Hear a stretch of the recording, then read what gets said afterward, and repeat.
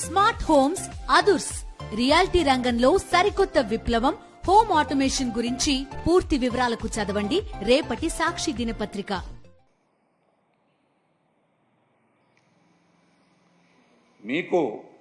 మీకు పవన్ కళ్యాణ్ గారికి చాలా స్పష్టంగా తెలియజేస్తా ఉన్నా,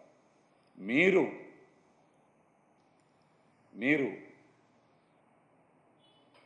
ఖచ్చితంగా రాష్ట్ర ప్రజలకు ఇచ్చినటువంటి హామీలను నెరవేర్చడంలో 100 రోజుల్లో వైఫల్యం చెందారు కాబట్టి మీరు ప్రాయశ్చిత్త దీక్ష చేస్తున్నామని నిజం ఒప్పుకోండి. కూటమి పాలనలో ప్రజల కష్టాలు పడుతున్నారనే వాస్తవాన్ని ఒప్పుకొని మీరు ప్రాయశ్చిత్త దీక్ష చేస్తున్నారని చెప్పండి. మీరు వెంకన్న స్వామి మాలేసుకొని షూటింగుల్లో పాల్గొంటున్నాను కనుకనే నేను ప్రాయశ్చిత్త దీక్షలో పాల్గొంటున్నాననే వాస్తవాన్ని బయటికి చెప్పండి.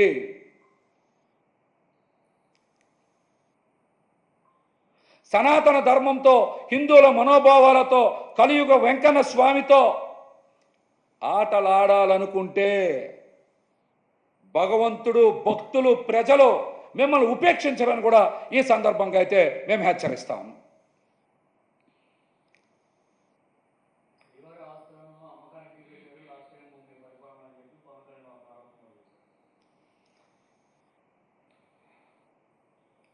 ఎక్కడా కూడా గత ప్రభుత్వ హయాంలో కానీ మరి టీటీడీ 2019 నుంచి 24 మధ్య ఎక్కడ కూడా భక్తులు సమర్పించినటువంటి ఆస్తులు ఏది కూడా అమ్మకం జరగలేదు. అటువంటి ప్రక్రియ ఎక్కడ కూడా జరగలేదు.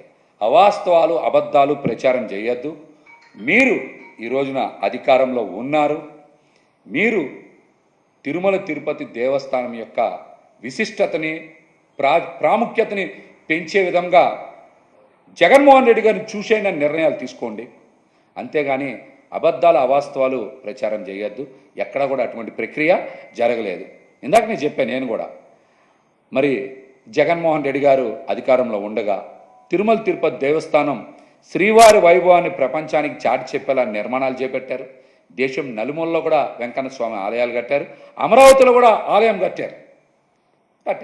అటువంటి మంచి సాంప్రదాయాలకి, శ్రీవారి యొక్క విశిష్టతని మరింత ఇనుమడింపజేసేలాగా నిర్ణయాలు తీసుకోవాలి. కానీ ఇలాంటి కుట్ర, మలినం, అదేవిధంగా కుటిలమైనటువంటి మాటలు మాట్లాడొద్దని కూడా వాళ్ళకి నేను తెలియజేస్తా.